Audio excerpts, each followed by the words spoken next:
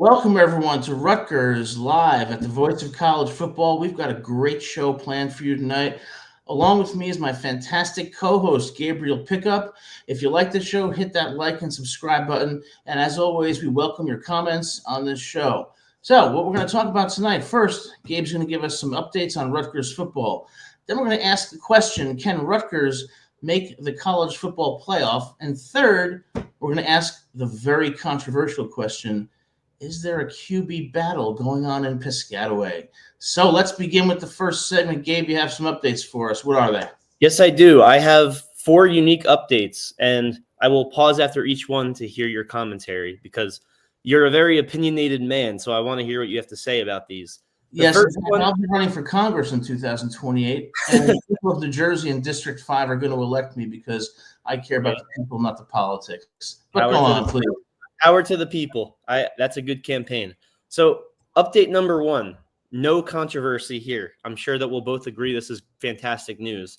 Ryder Langsdale, who is a 6'7", 300-pound left tackle from Glen Rock, New Jersey, has committed to Rutgers. So he's actually in Lafayette College right now, finishing up this year. So some high school stats, or awards rather.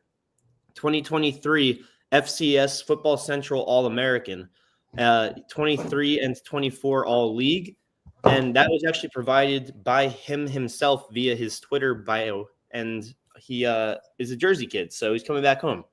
So this seems like fantastic news. 6'7", that's tall for a lefty. No, this is all wrong. This is all wrong. How? How could this be wrong? All wrong. I speak the truth. I tell it like it is. You know, sometimes Gabe can take it, sometimes he can't, but I tell it like this. What am I missing? What could be wrong with this? I'll tell you what you're missing. Number 1, if he's from Glen Rock, New Jersey, did he go to Glen Rock High School? That is a fantastic question, Adam. I went to Glen Rock High School. I live close to Glen Rock. I grew up in North Jersey. It's what you call a Division I high school program. The elite programs like Bergen Catholic, Don Bosco, or Division IV. Small schools, small fish, small ponds. Number 2, Lafayette. Lafayette is a good academic school. Very good if you want to go there to continue to, improve your brain and have a career in finance or other business and the like. I've never heard of Lafayette having a football team. So the fact that he's an FCS All-American. Yes. Did you say? I think you meant FBS All-American, right? It says in his bio, FCS. Oh, well, guess what? That tells me small fish, small pond, the adjustment to Division I college football is going to be too much. Got a lot of height. He doesn't have to start right away. He'll be fine. He's 6'7", Adam, 300 pounds. He's got the meat. He's got the size. He'll be just fine. He'll be the next Tommy Brockermeyer at Alabama. Pat Flaherty's a fantastic coach. And Shiano, if he's still there when Mr. Langsdale is starting, then he'll be just fine. I'll tell you, this is a pattern of abuse, and I'm going to tell you why. We keep getting transfers from James Madison, from Florida International or Atlantic, whatever you want to call it. We keep getting transfers from Lafayette. Next thing you know, we'll be getting transfers, I don't know, from Don't Crash Airlines. I don't know. My point is, Mohamed Toure is transferring from Rutgers to Miami, and we have FCS people transferring in. Not a good sign. Mohamed Toure, well, we'll get to him in a second, but he was here he was the longest tenured Scarlet Knight, so he did more than his share of putting up with some stuff that would be enough for a person to go to therapy and have PTSD being at Rutgers. So I'm not going to put that past him. If he went to Penn State, though, because he was considering Penn State, that would have been a different story. But going back to this kid, you believe in the Shiano culture, right? You believe in he's hard-headed, but he instills greatness out of these players. It's sort of like a Moneyball tactic from Rutgers. Old school. That's why I love Shiano. Rutgers is Moneyball. Rutgers is Moneyball. So they don't need the big schools. They don't need to spend $2.5 million on a guy to get a good commit. And that's why I like this signing. It's a local kid. He's he fits when you talk about the physical aspects, he fits the description. Mm-hmm. What is up, Austin? I'm sure you're sweating bullets with that Nuggets Thunder series. And to me, it's ironic because I went to Ryder. This kid's name is Ryder, but he's coming to Rutgers. But regardless, I'm still rooting for him. And I'm really surprised you had a differing opinion on that. Now, see, here's the problem. Here's the problem. And I'm gonna sum it up for you in a few sentences because I want to give you a chance to talk for most of this show. I went to Bergen Catholic High School in Oradell, New Jersey, and Bergen Catholic High School is one of the best football programs in the state. A few years ago, went down to Georgia and beat Grayson High School by 10 points. Here's the problem with Rutgers. There was a player a few years ago, and you Ole Miss Rebels out there will probably know the name. It's called Taiwan Malone. Taiwan Malone, Bergen Catholic, star offensive lineman. Where did he go? He went to Oxford. And what do we get? We get Lafayette. I ain't buying it. Yeah, I love Shiano's culture. Shiano's an old school New Jersey guy. He has to approve of these guys. What choice does he have? He has the choice of I'm going somewhere else, and I'm not extending that approval for him. It's like someone saying, "Here, I'll give you a stale donut or a 5-week-old hot dog." I mean, come on, you got to make a choice. Say neither. What are you talking about? Because you're falling for the size. He's 6'7", 2, whatever. Yeah. He's from Lafayette. He's from Glen Rock. I'm telling you, maybe I'm wrong. I respect the guy. I wish him the best, of course. If he's in shape, okay. Taiwan Malone is going to Oxford from Bergen Catholic, and we're getting Lafayette and James Madison. I don't like it. I do love. I don't think the whataboutisms are valid in this case. They're not whataboutisms. It's like saying they're getting the diamonds and we're getting the cubic zirconias. Although, but we can transfer those into diamonds in the rough. Just because another school has 5-star prospects doesn't mean that our 4 stars or 3 stars or even no stars won't be valid players. I see you've decided to be feisty tonight, and that's just the way it's going to be. I thought that we were going to be mutually agreeing. Can't we all get along? No, I guess not. So, all right. Anyways, go on. Mo Touré to Miami. We just discussed this, and we have discussed Mo Touré. That is a hot topic, Mo Touré. Now, he had options, right? He visited Penn State, and he had other options of Indiana and Miami. Both schools offered him deals. Now, in my opinion, not that I'm a fan of him leaving this program because he could have been captain of our defense, but he chose the least evil option out of the 3. Yeah, he chose the least evil option. I completely agree. Thank God he didn't go to Unhappy Valley. Yeah, I mean, if we got Cam Miller and we were bragging about that all offseason and then he went to Penn State, that would be such a middle finger. Once again, we lose Malone to Ole Miss. And by the way, I've been to Oxford. Beautiful, cute little town. Grove is fantastic. Love those Ole Miss Rebels. And we lose Touré to the Hurricanes in Coral Gables, Florida. And in exchange, we get Lafayette, James Madison, and Penn State. Oh, well, that is an exception. But I'll tell you, we also did get 1 diamond in this rough, and that diamond is DT Sheffield. DT, yes, hey, don't take our little, semi-humorous criticism to heart. We're 100% behind Rutgers this year, and you are going to be a star. But I think ultimately when we're talking about competing in the Big Ten, competing against the Oregons, the Ohio States, the Michigans, the Penn States, what I'm seeing is a body of recruiting that is bringing in really solid players, but not players who are going to make a dent in the Big Ten while losing players like Touré that could have had an impact, and that's what worries me. I feel you. And that's definitely a valid thing to worry about. I just see it as more of a, this might be too optimistic, but I view it as more of a Moneyball tactic. And like, for example, right, in baseball, the New York Mets, they lose Verlander and Scherzer. Everyone thinks they're in rebuild mode for the next 10 years. And they get these guys that everyone thinks are garbage. Griffin Canning, Sean Manaea, Paul Blackburn, etc. And now they're doing great. Clay Holmes, they turn him into a freaking starter. So that's kind of how I view this Rutgers tactic, is it's more of a money ball. We don't have the money to pay these guys, so we're going to lose the big names. But in return, we're going to build a system that's going to be consistent, and eventually we can get that budget to sign these 5-star. All right, well, here's what I'm going to say. I'm going to make an analogy. I like analogies. As do I. Well, sometimes I do. But if you look at, like, I'll admit this, there are diamonds in the rough. There are people who, on paper, do not present as future stars in college football or the pros. My opinion is that that's more of the exception rather than the rule. It's kind of Yeah. like if I was an admissions officer at a university and I had a student present with a 1550 on the SAT and a 3.9 GPA versus a student with a 3.2 GPA and a 1090, and they say this student has promise. Well, the reality is most people are going to pick the person with the 1550 SAT. The exception, however, is that that person with the 1090 just might, in fact, be more talented, be smarter, and eventually be more successful than the person with the 1550. Certainly agree with that. But I do think it's more of the exception rather than the rule. And that's why I'm concerned when I see a pattern of recruits that are the 1090s and not the 1550s. Yeah. See, I don't think that there are certain or set rules, rather. I think it's all philosophical and it depends how you go about it. So I guess we disagree in that aspect, but I certainly see where you're coming from with that, especially because you're a law teacher. I mean, you kind of have to believe in set rules.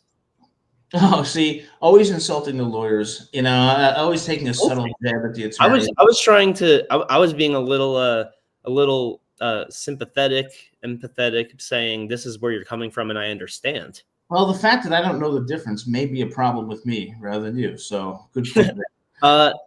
More news about guys that were losing. Well, he probably already decided he was gone after he lost the quarterback battle. Johnny Shepard going to Washington, which, he's a sophomore QB, enrolled here January 2023. It can be assumed he lost the quarterback 2 battle to AJ Surace, and after that spring game performance, I can certainly see why. Now, I'm kind of confused. Washington's a big school still. They're always getting great recruits. If he's starting at Washington, that certainly makes me wonder, like, what we may be missing out on. I don't know if he's starting. That's just kind of my logic with that. You mean Washington or Washington State? I'm pretty sure it's Washington. Let me see real quick. I now you got me double checking here. I'm pretty sure it's Washington. I thought it was Washington State in the. Oh, you're right. It's Washington State. Okay. Let me tell you something about Pullman, Washington. It's a very dreary, strange place. Strange things happen in Pullman, like Washington State beating highly ranked teams on dreary, cloudy, overcast nights in Pullman. But it is a place known to develop great quarterbacks. And so, now I think we have a 2-quarterback race with AJ Surace, which we'll get to, and Ethan Calicamas, which we'll get to later. But,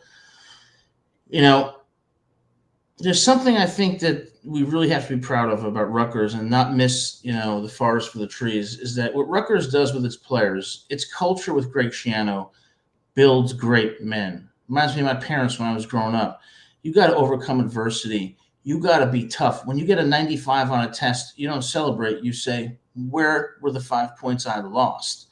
You build toughness, mental toughness. You hold people accountable. You force them to understand that the choices you make every day determine your destiny. And I think that's Schiano's culture, which I love. And it's, I think, New Jersey's DNA. Rutgers builds not only great players, but great men. And I think, Gabe, you have an example from the recent commencement at Rutgers University of just what they do that makes that university special. What's that? Yeah, so among some graduates from the seniors, early graduates from the Rutgers program, we have Mr. Isaiah Pacheco coming back to officially walk the stage and get his diploma. So with Pacheco, looking back, he had 42 rushing yards on 563 carries, 18 touchdowns, played all 4 years at Rutgers. But you know what, Adam? And this is huge in my opinion. He brought those 2 shiny Super Bowl rings to Piscataway, New Jersey, and got to show the team exactly what they look like up close in person. Yeah, that's fantastic. And such credit to him and to Rutgers University for producing not just a wonderful football player, but such a good man. Great to see him finally get his degree. And I see Austin in the chat saying Gabe is jealous. I'll tell you what Gabe is jealous of. I'm 49 years old, and I still have the hair. And that's nothing you just can't replace. All right. I still look like Bon Jovi. Why don't you push that hair back a little bit? It's okay. I like it in its natural state.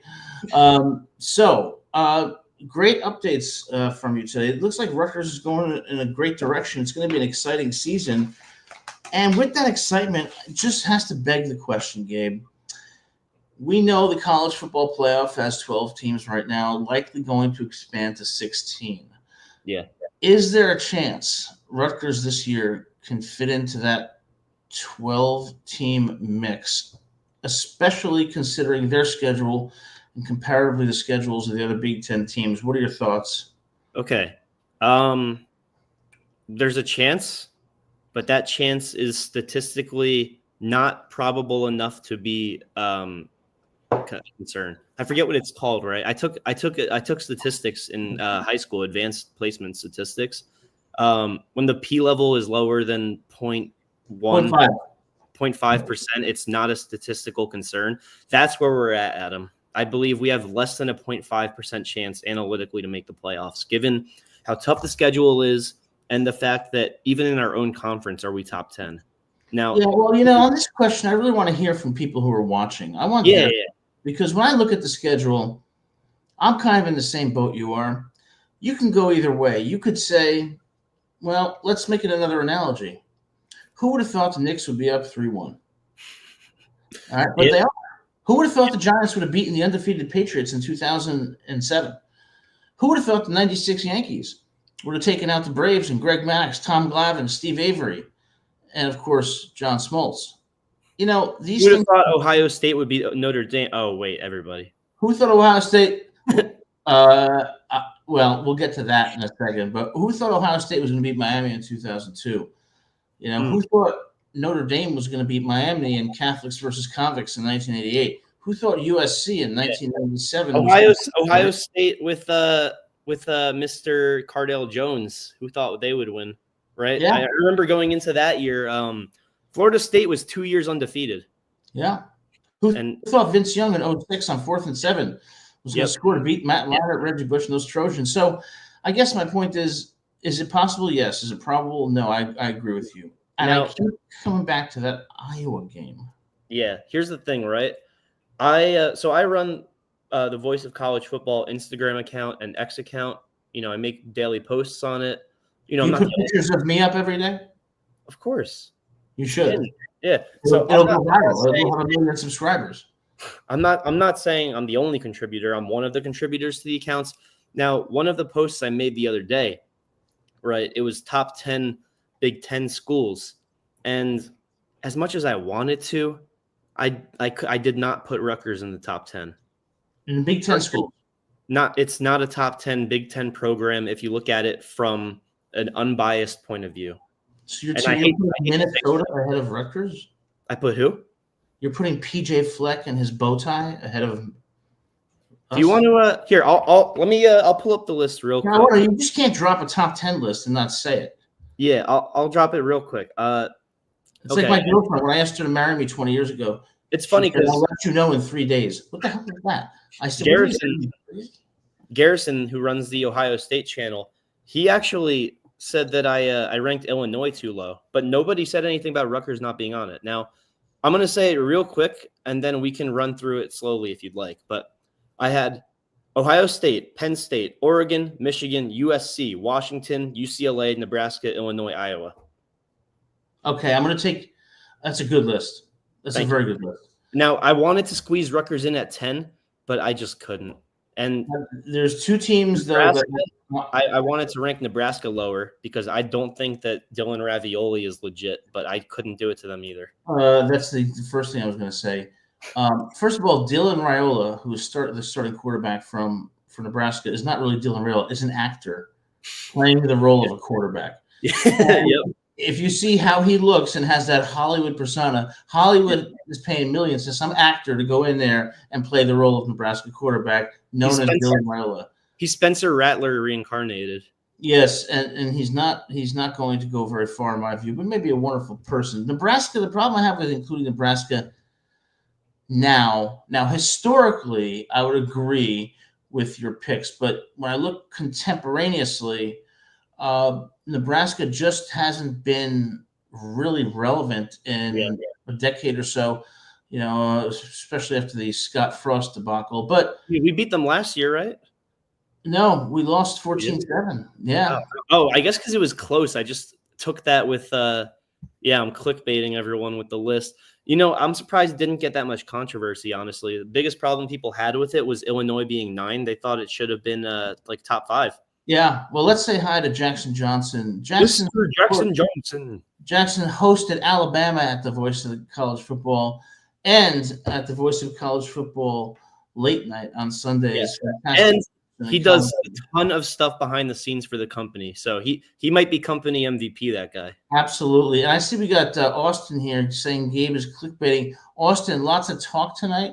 No action, though. I don't see Austin coming in to the show. So stand on the sidelines and chucking insults from the cheap seats. So it's funny. Austin, either put up or shut up, buddy.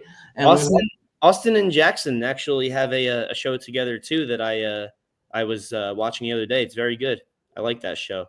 Yeah, and the Voice of College Football has a lot of fantastic shows going on, and it's just a channel that's growing and really is at the pinnacle of great reporting on college football. It begins, of course, with Mark Rogers at the Voice of College Football. Of course, you have us here at Rutgers at the Voice of College Football. You have Leanne Harry at Ole Miss at the Voice of College Football.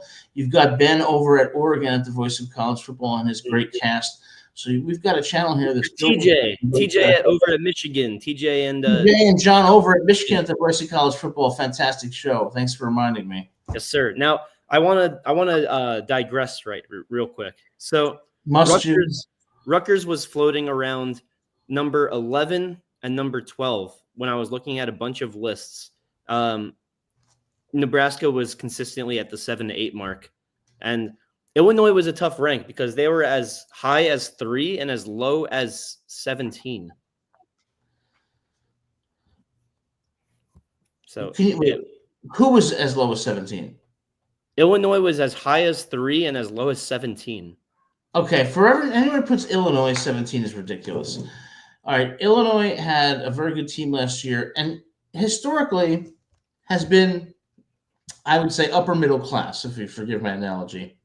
Never much of a contender, but some years, like when they were in the Rose Bowl, I believe it was in 2005 against USC. All right, so Illinois has had some good years, but Illinois last year, and especially this year, is going to be formidable. So I could kind of see Illinois being on your list. Nebraska, I would take slight issue with, but the team I would really take issue with is that team from Westwood, California, UCLA, who invited Nico Imaliava, the Benedict Arnold of college football, into their realm, which I think will not. But UCLA has just not been very competitive. They were competitive in the 90s with Cade McNown and Donahue as the head coach. The Miracle on Figueroa in 96, I was there. It was unbelievable. But I just don't think that UCLA is of the caliber. I mean, you could argue they should be in the top 10 over Rutgers because if you apply the same logic, certainly Rutgers historically is nowhere close to UCLA. I get it. I mean, here's the reason. Now, I don't know.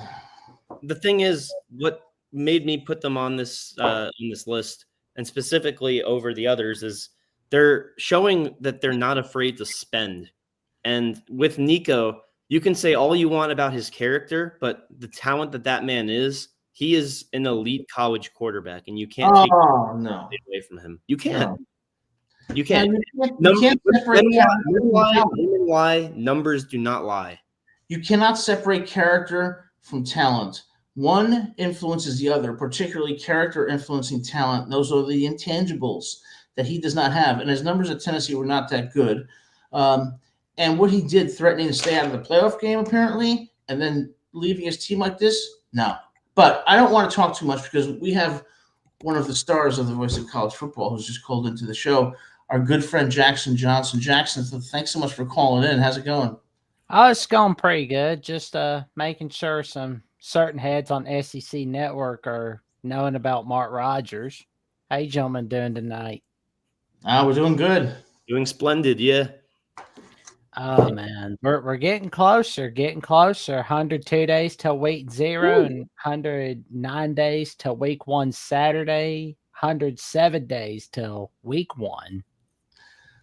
I cannot wait. It's the longest off season in sports is college football, and it just when February hits, there's just that feeling of the season will never start again. So I'm going to advocate that the college football season should begin in July, okay, and it should end in March. All right, we can do it. I see a comment from Leanne. Now Pierce Clarkson heading Yep. to the crowd, the UCLA QB room. Whoa, Leanne, thank you for that update. I did not know that. We may have some competition with the Bruins in Westwood. Yeah, And think about the world in which Nico is. he's not there. He's not there for competition this year. I promise. He's there for long term. But that kind of goes back to my point that they're showing. Unless Nico's daddy has something to say about it.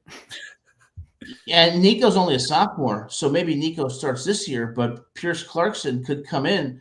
And if there's a QB competition, where does Nico go now? Because he's setting a precedent for himself to NFL GMs as one of those players like a Ryan Leaf or Johnny Manziel doesn't have the priorities, the values, or the virtues straight. Shedeur Sanders, perhaps. That's going to be a problem. I tell it like it is, Yeah.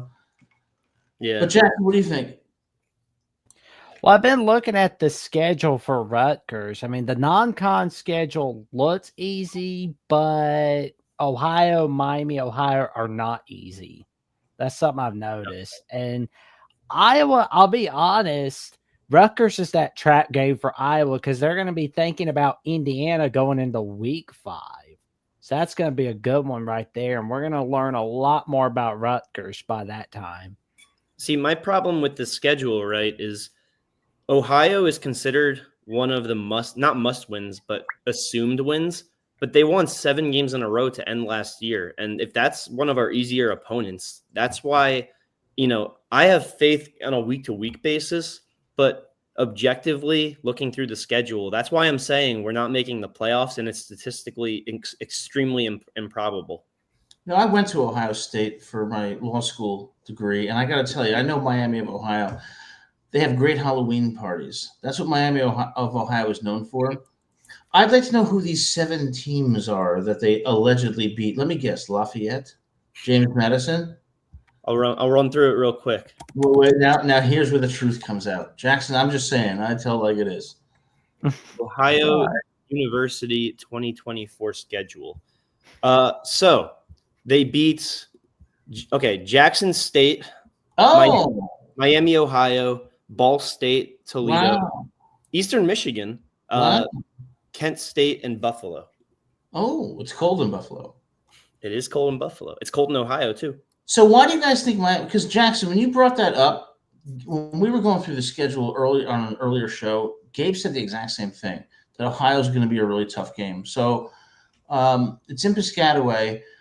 Why do you think what is it about them that's going to make them so tough? Well, when I look at the Big Ten versus the MAC, like almost every year, you always see a MAC team beating a Big Ten team. Now, I'm not saying that's going to happen to Rutgers, Ohio, but I'm saying that could be one of those games you have to watch for. So if you see a MAC team beating a Big Ten team, that could happen with Rutgers, Ohio. And Ohio's looking pretty good right now. Why do you think people aren't giving them the respect that they deserve? Because all I'm seeing across Instagram, X, YouTube is people saying Ohio. I mean, just because they're not Ohio State doesn't mean that they're not good. I think it's because the fat people are thinking more about Nebraska, Cincinnati on that night. Good point. Yeah. Because they want to see whether the Matt Rule era is for real or if it's not for real. They don't really care about Cincinnati being crappy with Scott Satterfield. Yeah, I mean, maybe Ohio is this year's Appalachian State and we're this year's Michigan. I don't know. But if they lose that game, they're finished. They're finished if they lose the game. But I'm more concerned about the Iowa game. Now, Iowa has made a conscious decision, apparently, in their administration that they do not want to score points, that they actively choose to not score points. But they have one heck of a defense. Yeah. And that game worries me because I think if they shut down our offense, I hate to say it, I could see kind of like a 16-10 victory, or 19-10 maybe for the Hawkeyes. That's going to be the big game, just like Nebraska. When they went to Lincoln, they were 4-0. They're going to be 4-0 most likely when Iowa Hopefully. comes in. That's the only way the season stays alive is if they are. Yeah. So I don't know. I'd But focus on getting through Ohio first, then Miami, Ohio, then get through Norfolk State. Then you got Iowa down in your. I mean, what good in does your it do for Rutgers to be playing Norfolk State? How is that preparing them for Iowa? I I mean, don't know. it's a scrimmage. Now, I'm talking trash, but anything can happen in college football. But they're barely a basketball team, let alone a football team.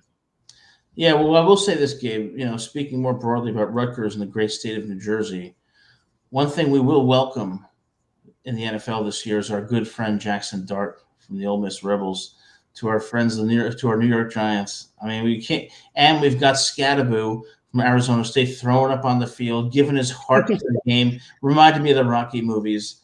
It's like the Giants actually want to win now, because it's like they didn't want to win when they had Daniel Jones. And I thought for a moment they were trying to bring back 2013 when they were getting Russell Wilson. But then I see that they're drafted Jackson Dart, and I'm thinking to myself, they really are thinking of the future. You know what? I couldn't be happier for Jackson Dart. I mean, this is a man who started out at USC. Okay, he was a backup, and when the starting quarterback at the time, JT Daniels, who ultimately went on to Georgia and then at Rice and had to end his career because of multiple concussions, great player himself, got a chance at USC late in the season, showed a lot of promise, and transferred to Ole Miss under Lane Kiffin and that staff has developed into a great quarterback. And congratulations to Jackson Dart. As a Giants fan, I'm looking forward to what he can contribute to the team this year. Yeah, I mean, the NFC East, I feel like it's going to be stacked. I don't think you're going to see the Eagles winning that division because, wow. Well, the last time we had a repeat champion in the NFC East was in the Andy Reid era. We haven't had a repeat champion since. I feel like that team's going to be the Commanders, to be honest. Okay. See, I could see that going one of two ways. They built a really good team in the offseason, so they're either a top 3 team in the league or Jaden Daniels has a sophomore slump, which is so common among rookies with immediate success. No slump from Daniels. This man has a football IQ off the charts, and he has those intangibles. But hey, yeah, who knows? But Jackson Dart, what's his transition going to be from Ole Miss? I think he can handle it. I think he's got a high IQ, and I think he's been through a lot of adversity at Ole Miss, and I think that he's developed consistently as a quarterback, and I think that he needs to continue to develop. And with that Giant staff, I think he'll do so. So, you got Tywan Malone from New Jersey going to Ole Miss. Rutgers getting the Lafayette and James Madison people. All right. Well, hold on, but the Giants got Jackson Dart. So diamonds, he's not a diamond in the rough, but we got one diamond among many cubic zirconias. Yeah, I think you're being a little too hard on these transfers we're getting, right? We're still welcoming them to the family. Oh, of course they're welcome to the family, but right now, they got to prove themselves, and I think we'll determine if they're honestly successful. All humor aside, is going to be their mindset. Do they have that old school mindset? And I hope that Coach Shiano comes on the show because we'd love to hear, put more meat on the bones and hear more about what's really going on with these players. Because if he picked them, there must be something there, and we'd love to know what it is. So, Jackson, what do you think about Bama this year? I think we can get to the playoffs. I just want to see Alabama get to the semifinals, to be honest. I think they will. Oh, yeah. I mean, we got a hell of an offensive coordinator with Brian Grubb. We've got a hell of an offense coming up in 2025. Love what they're going to bring. And I can't wait to see week 1 because Florida State, well, I'm not going to talk trash about them too much until it gets close to week 1. They've had to endure enough sloppy quarterback play already. Well, and they always talk about leaving the ACC. I mean, it's like watching a Phineas and Ferb episode. It's like the same thing over again. What happened to Florida State? I'll tell you what happened to Florida State. Culture happened to Florida State. When they played Georgia in that bowl game and most of their starters opted out, I said, this is a team full of bums. All right, they're not a team, and they got crushed by Georgia. And I think that I don't see what Florida State's going to have this year. I think they're going to be better, but I see them as a 6-6 team. Speaking of Florida State, you see Jordan Travis retired? Yeah. Sad. Very sad. Yeah, they were undefeated with him, and then he goes through that scary injury, and he just can't recover from it. Yeah. I agree with you. I agree. But, this year, I'm telling you, for Rutgers, can they make the playoffs? You would say on its face, probably not. But when you look at the schedule and you look at winnable games versus games that they're almost certain to lose, well, I think they're almost certain to lose in Columbus and at home against Oregon. It is by no means certain they will lose at home against the Nittany Lions, and it's by no means certain that they're going to lose at Washington or at Illinois. If they pull out those games, okay, with losses to Oregon and at Ohio State and Columbus, there will be an argument that a 10-2 Rutgers team in the Big Ten should be in. And if you look at the expanded 16-team playoff, it looks like they're going to have automatic bids for 4 of the Big Ten and SEC teams. But those are a lot of ifs. And ultimately, my conclusion is that they're going to lose at least one game between the Illinois and Washington games. They're almost certain to lose against Oregon and, Ohio State. Probably going to lose a close one to Penn State, bringing them to 5 losses. But my point is, winnable games. Mm-hmm. There's 10 winnable games. See, I would flip-flop Oregon and Penn State in your argument. I have Penn State at 2, Oregon at 3 for the rankings. But yeah, just because I don't have them in the top 10 doesn't mean that they can't be in the top 10 for the conference. They certainly could be. That's just objectively speaking, like taking the fandom out of it. But with the blindsiding fandom, they can definitely be a top 10. Okay, so let's pair your top 10 to top 5. What do you mean? Who are your top 5? Oh, right. Okay. So 1 through 4 is Ohio State, Penn State, Oregon, Michigan. And I believe 5, I have USC. Yeah, I have USC. I have never been a fan of Penn State, and I'll tell you why. They always lose. They always lose to the good teams. That's that game even on rivalry week. I hate that. I agree completely. Penn State and Drew Allen are finished. That's so wrong. It's like, oh my God. Penn State was good when Elvis was alive. That's it. I finally said it. I'm tired of this. Everyone yells at me. Drew Allen throws the ball to the wrong team with 38 seconds left against Notre Dame. Does nothing against Ohio State. Is mediocre against Boise State. Penn State always loses to the good teams. So when they go to Columbus, they lose. When Ohio State goes to Penn State, they lose. You sound like Mel Kiper reacting to Shedeur getting drafted. They were good during the Carter administration. They were good when Elvis was alive. They were good when Little House on the Prairie was a top 10 show. That's right. Because I'm tired of being politically correct. They're a bunch of bums. And that's the end of the story. They shouldn't be out of the top 10, in my opinion. I don't know what just happened. I don't know what just happened, but something just got brought out of you that I hope we see more of that. Yes, I know. Well, hey, keep me on longer, And that's well, I will say, though, if anybody has suggestions for Penn State hosts for Penn State The Voice College Football, email Mark at MarkRogersTV. I'll host Penn State The Voice of College Football and bring some clarity to Happy Valley. They may not like me, but you don't have to like me to love me. So that's all I'm saying. There you go. Jackson, go ahead and say that email again, just so I can put it in the chat. Yeah, yeah. And here we go. Email at gmail.com or Voice College Football. Drew Allen is not an elite QB. And Austin, thank you for waiting. He's not an elite QB. And my blood pressure is rising when you say things like Austin's a great right? But before I go, tell your friends. What's the top grocery store in New Jersey again? I need to make Wawa. sure. That's not a grocery store, but What'd you say, Adam? Wawa. ShopRite or Wawa? Tell your friends, your family, and the cashiers at Wawa about the magic that Adam and Gabe bring here on Rutgers Scarlet Nights Live, usually on Monday nights. Thanks so All much, right Jackson. here, We really 6 appreciate p.m. you showing Central up, buddy. Time, 7 p.m. Eastern Time. And don't forget to tell everybody about the magic that Gabe is creating on NBA Trades and Rumors. They say he is the underrated version of Shams Karina. Well, I say I like old Gabe a little better than Shams. Nothing against Shams, but if I want to get some good NBA information when Shams not around, I go to Gabriel Pickup. Man, you're the perfect referral guy. I tell you, thank you. I'll do my best. And if you need a really good lawyer, Adam Lamparello is your guy.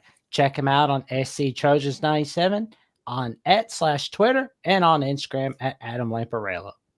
Let's Thanks. get both these guys to 1,000 followers on all of their social platforms. Absolutely. We appreciate it, Jackson. Thanks so much, man. Oh, you're welcome, gents. Y'all stay away from the rain. Adios. Well, It's going to rain all week, so I'll try my best. All right, have a good one, Jackson. You too.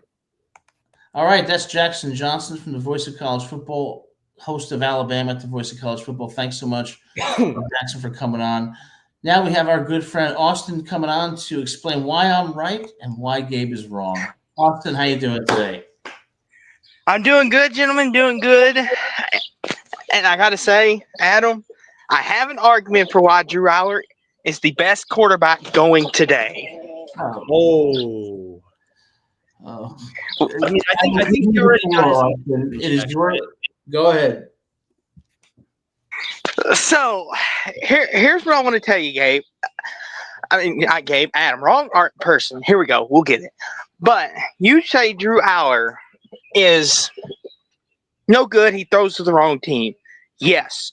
But look at his upside, Adam. He's tall. He's lengthy. His ball placement is Drew Brees, Aaron Rodgers-esque. The way I can't breathe. Yes. Let me explain. Look at some of the tight windows he's fitting the football into. Not many quarterbacks, if any at all, this past year could have done that. Especially that corner of the end zone 30 yards down the field to Tyler Warren against Boise State. One of the best pure throwers of the football going today. Bar none, gentlemen. And he's projected number 2 in next year's NFL draft. Hey, Gabe, stop piling on, okay? You're supposed to be my co-host. Jesus. What if I like instigating? Well, you know, I'm starting to feel a very heavy, sensation on my chest. But go on, I'm listening. I don't know. I mean, he's made the argument. What do you have to say about it? Well, you interrupted him rudely, so I'd like to hear Austin. Your behavior tonight really is very sad. And his ability to escape out of the pocket and avoid and take hits out of a sack is Ben Roethlisberger-esque, gentlemen. How many? Listen, Drew Aller is what you want in a quarterback. And I can make an argument. You could put him on any ready Super Bowl window team right now, and they might win the whole thing. That's how confident I am in this kid. Are you saying that the Eagles would still win the Super Bowl if he's quarterback? Yes. Wow. Okay. All right. Wow. All right. I was agreeing with you up until then. I think he's call 911. What's that? Call 911. Don't say that. Austin, I'm listening to you with an open mind. And I think you make some good points. He's made some great throws in some tight windows. And maybe I'm wrong. What I saw from Drew Aller, and again, I could be wrong, was that when he went against elite teams like Ohio State and Happy Valley, against Boise State, and against Notre Dame, bad judgment. Bad judgment as a decision maker, a quarterback. And that's the hardest thing to fix. What do you think? Do you think it is? Mm-hmm.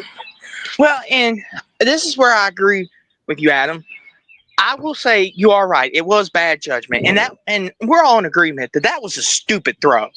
I can't defend that, even though I'm trying to make the argument that he is what I'm saying he is. But that throw Like, you put that on any highlight reel tape, most scouts are going to look the other way and be like, ooh. But he has more good than bad, objectively. All right, well, that's a fair point. And let's keep our minds open about Drew Aller. Maybe he will, be an elite quarterback this year and in the NFL. I don't necessarily agree, but I know that I'm not always or even often right. So you make some good points. See what I think, Austin. Well, I I'm not sure that anybody cares, quite frankly, who think right now. So, but go ahead if you insist. I'm just kidding. What Austin says about his intangibles is absolutely correct. It's the fact that you're saying this can all happen now that is wrong. He's got a long ways to go because right now he reminds me a lot more of Zach Wilson than Aaron Rodgers. But going forward, he can certainly be Breeze-esque, Rodgers-esque if he keeps working. You're trying to split the baby. You're trying to have it both ways. I was agreeing with him until he said that this man can win the Super Bowl currently. Yeah, but you're trying to have it both ways by saying, yeah, he's good, but there's some concerns about him. Here's my problem. That's most quarterbacks. You tout his intangibles. That's exactly the thing that I think he struggles with is the intangibles. You do not throw a pass like that against Notre Dame. He was totally flattened against Ohio State and was mediocre against Boise State. Who was he good against? What teams was he great against that are elite teams? Zero. Zilch. None. Listen. Ethan, good with concerns. Dylan, Raiola, good with concerns. Shador, good with concerns. Everyone, basically every quarterback, Jackson Dart, good with concerns. Every quarterback, besides the very special once-in-a-generation ones like the Joe Burrows or, the Peyton Mannings, they're good with Trevor concerns. Lawrence. Exactly. Well, it's funny. There are no concerns about Trevor Lawrence. He destroyed Alabama as a freshman. Trevor Lawrence in college was perfect, but in the NFL, he's been a little wishy-washy. Well, look, Austin, you do make some good points, and Gabe, I have to acknowledge you make some very good points. I may be in a bit of a New Jersey angry kind of mood tonight, but I got to acknowledge that, yeah, maybe you're right, and I guess we'll see during the season. Mm-hmm. And last thing I'll say on this before we get to the real meat of the matter, which is Rutgers, which is really important, I want to ask you guys this, and this, objectively, no bias, no nothing. How many quarterbacks right now would you take Drew Aller over in college? Did you mean that Arch Manning? How many quarterbacks would you take over Drew Aller in college football right now? Is what I meant. Arch Manning. Yeah. Jaden Maliavia from USC. I have to think about it off the top of my head, but I would take those two over him. I would take – what do you think, Gabe? Well, I think that Arch Manning is the only consensus quarterback over him. I would take Ty Simpson at Alabama over him. Yeah, honestly, it's tough because a lot of the great quarterbacks left this year. And Drew Aller decided to stay around one more year. That's fair.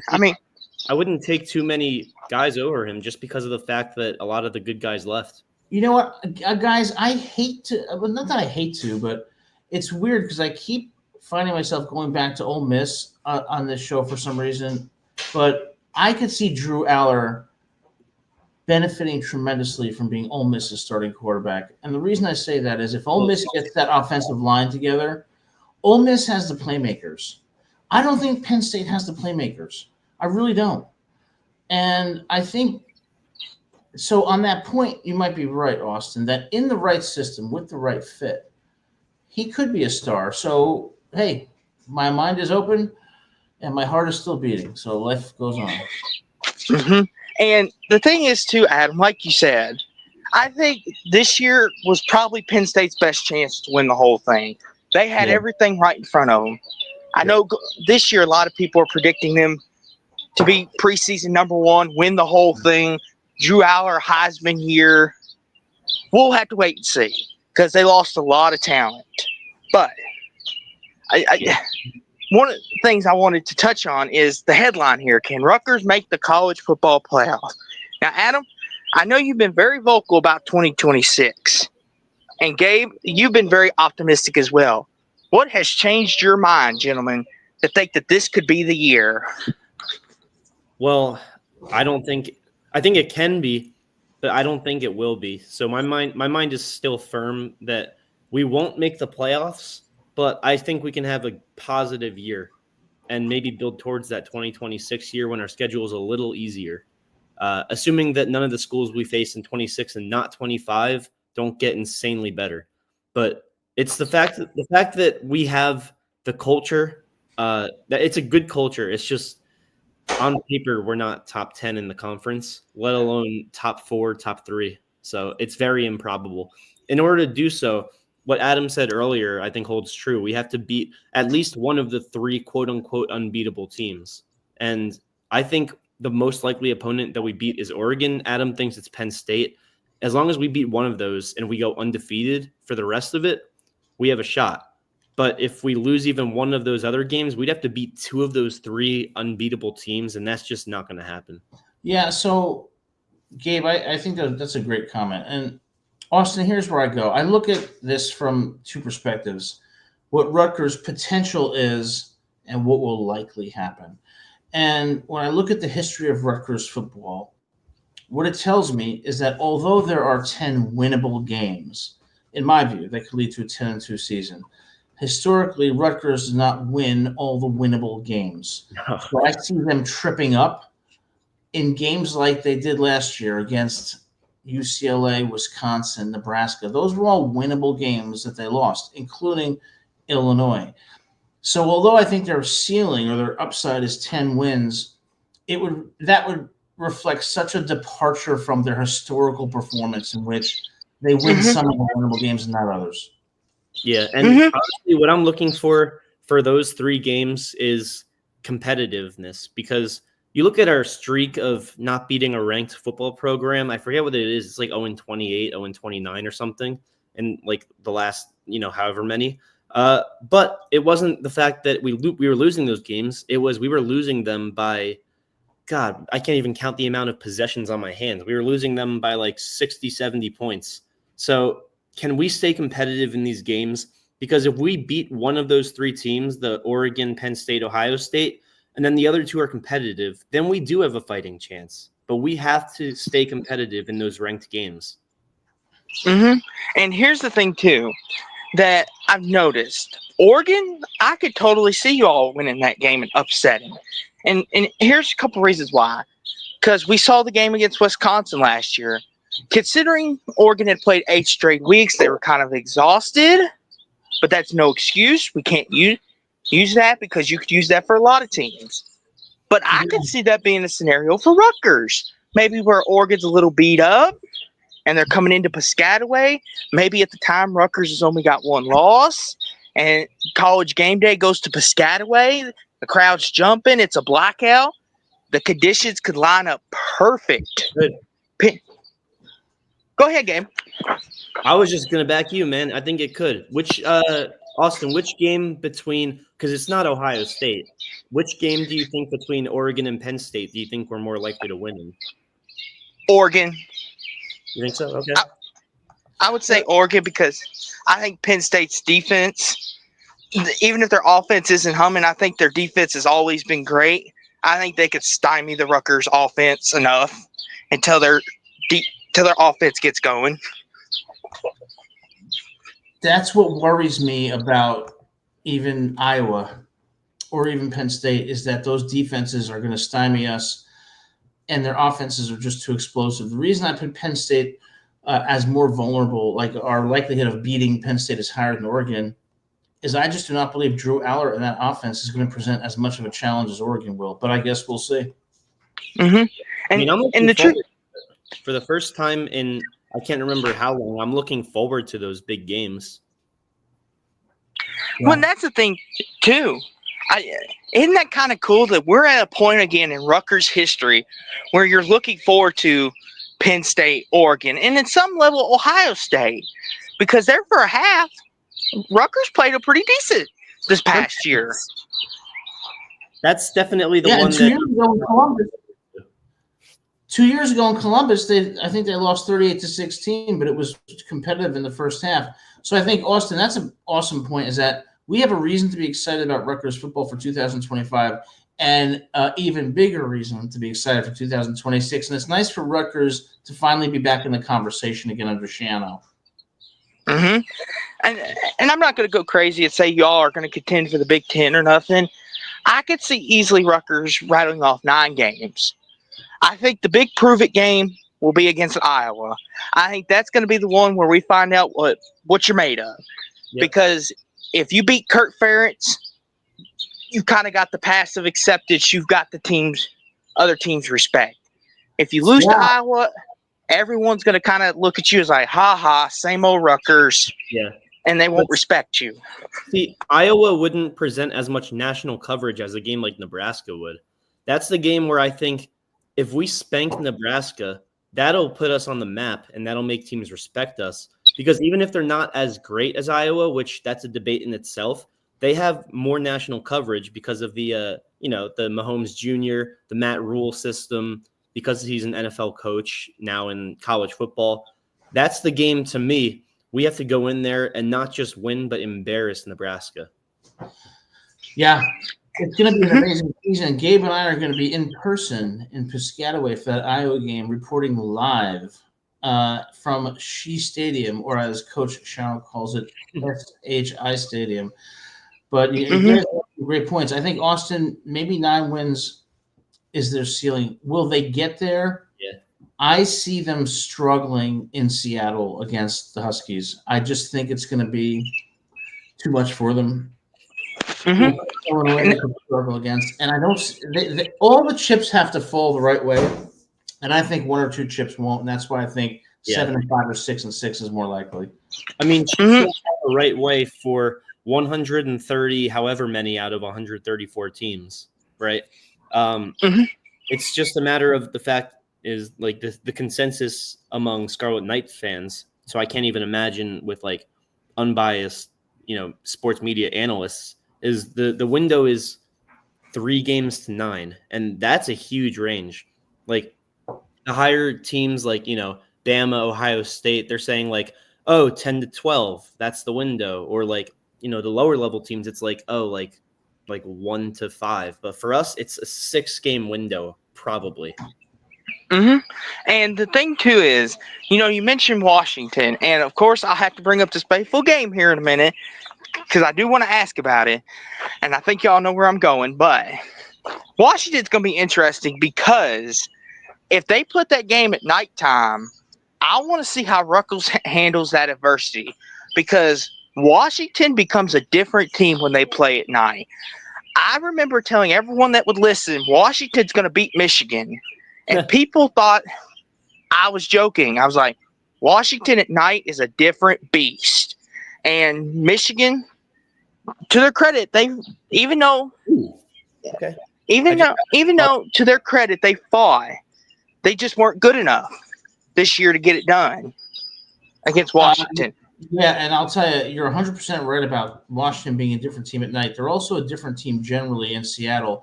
And that stadium, although it doesn't necessarily have the capacity of other stadiums, is extremely loud on the level of Autzen because the way that it's structured, the noise really is amplified. So that's going to be tough for Rutgers, and I don't see Rutgers pulling that one out. Adam, I just thought of something because we were talking about Michigan. Would you take Bryce Underwood this year over your good friend Drew Aller? Here we go again. That's what you call a Hobson's choice. No, I would not take Bryce Underwood over Drew Aller, and the reason comes down to experience and because Drew Aller has had many great games and made many great throws, so he's proven Underwood is not. That hurt you to say, didn't it?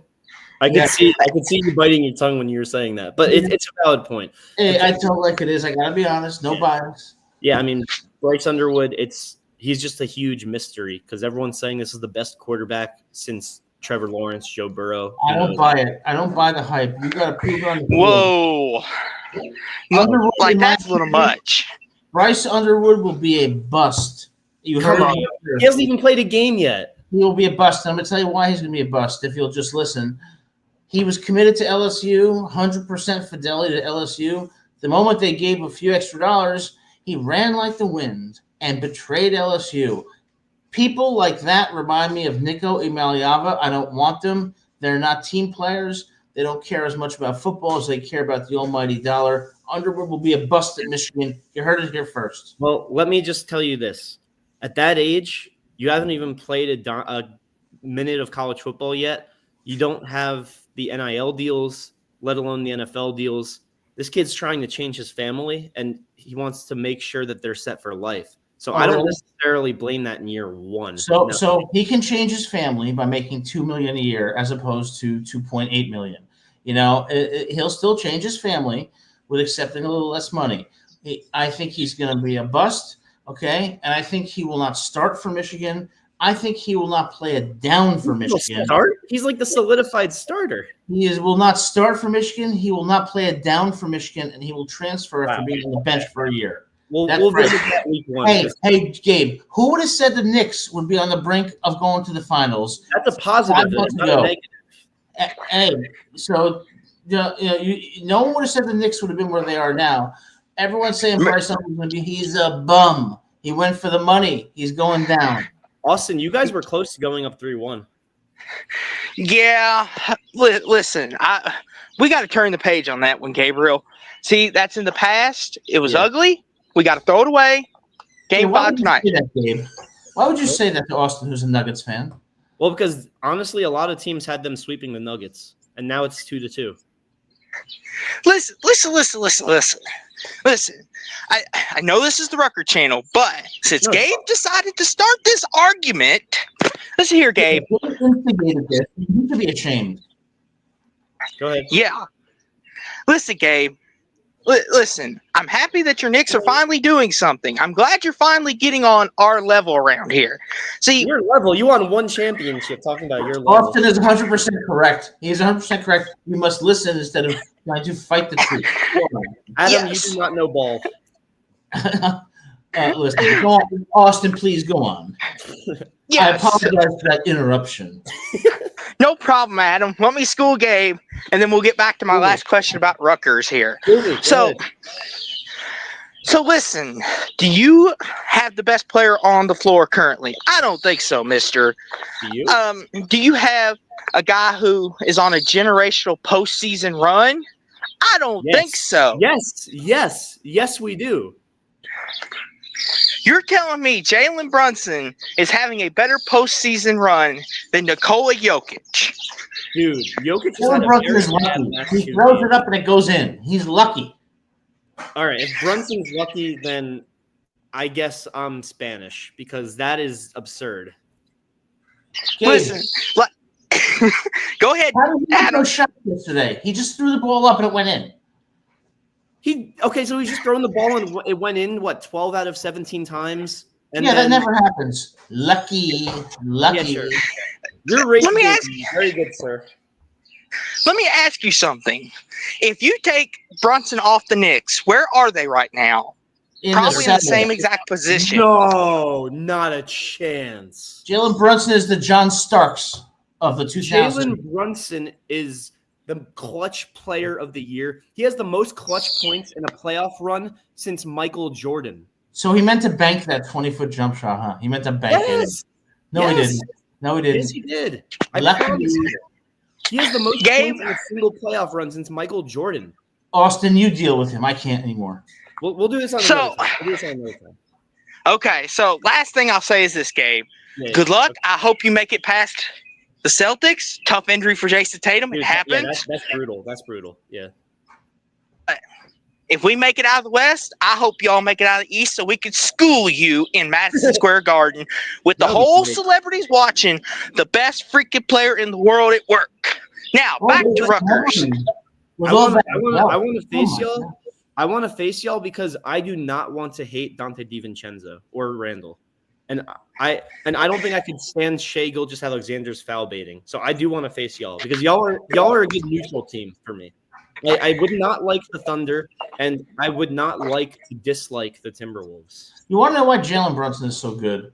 The reason he's so good is because he is so quick and shifty.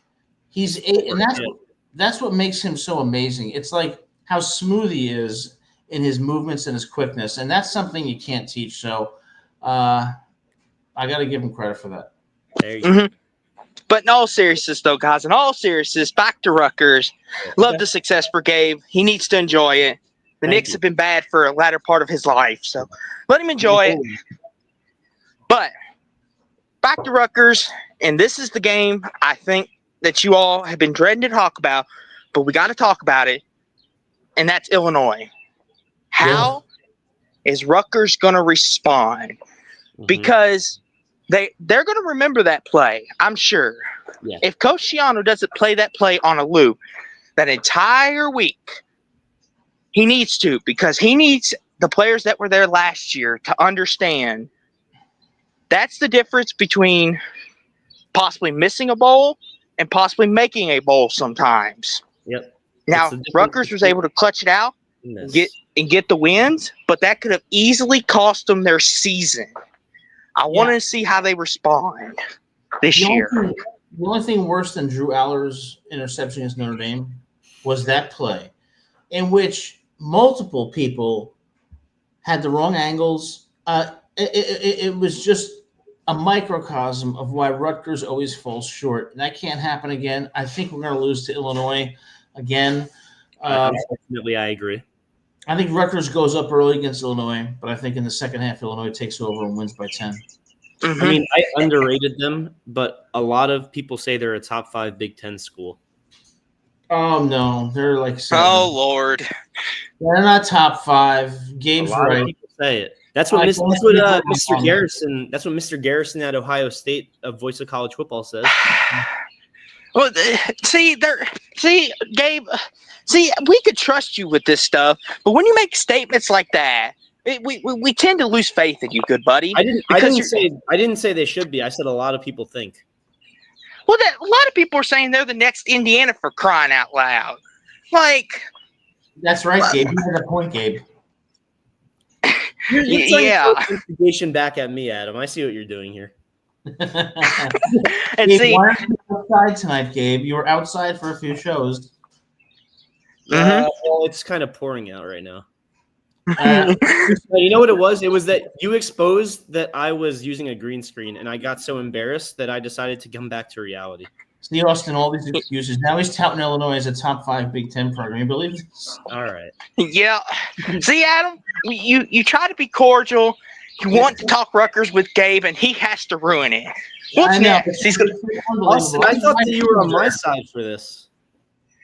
Well, you see, I got to take both sides. I mean, I have to be impartial. Oh, okay. When you're in the right, taking both sides isn't such a bad thing, is it, Adam? Well, the reason he's taking my side is because it's the right side. It is actually both sides.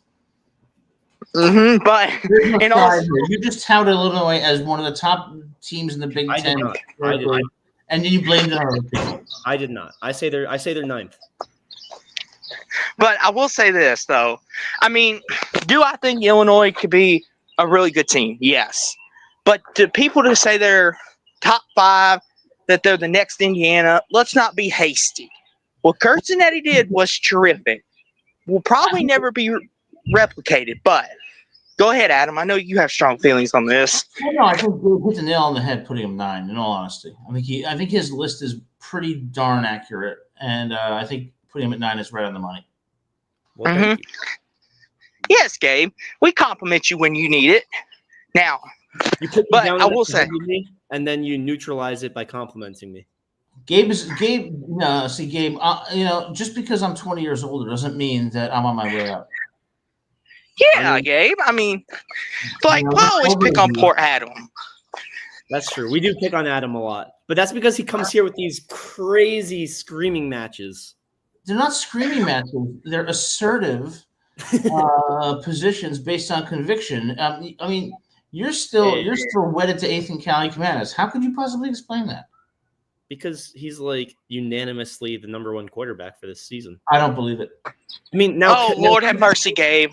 Could this be a scenario where he is the Carson Wentz to AJ's Jalen Hurts? Possibly. No, he skipped the spring game. Oh boy! Listen, Gabe. I know you're high on winning right now, But come on, we have to be a little objective here. See, Adam, he's objective. He's not getting his hopes up. You're trying to compare. You're trying to compare Ethan and his new duo to Carson Wentz and AJ Brown. And listen, I was saying AJ Surris could be the Jalen Hurts. Oh, Lord have mercy. Which is why Spurs will beat out Cali Camanus mid-season. Yep. Gabe, that's all. Gabe, we're just gonna have to concede that you're a little delusional, right. And we're gonna have to end the conversation. And Adam is. The second that you said that Adam is objective, I couldn't hold it anymore. Of course, I'm objective. He is. When has Adam ever praised Rutgers like you do sometimes, Gabe? I think he's okay. I think he's subjectively negative. Well, that could be true too in the same sentence, but I'm going to tell it like it is. Exactly. We all have to face facts in life, and this is the parting message. Sometimes in life, you just have to face fact to reality. Is you get knocked down, got to pick yourself back up. Unlike you, Gabe, who wanted to transfer to Oregon a couple weeks ago on Adam. Oh, right. Okay.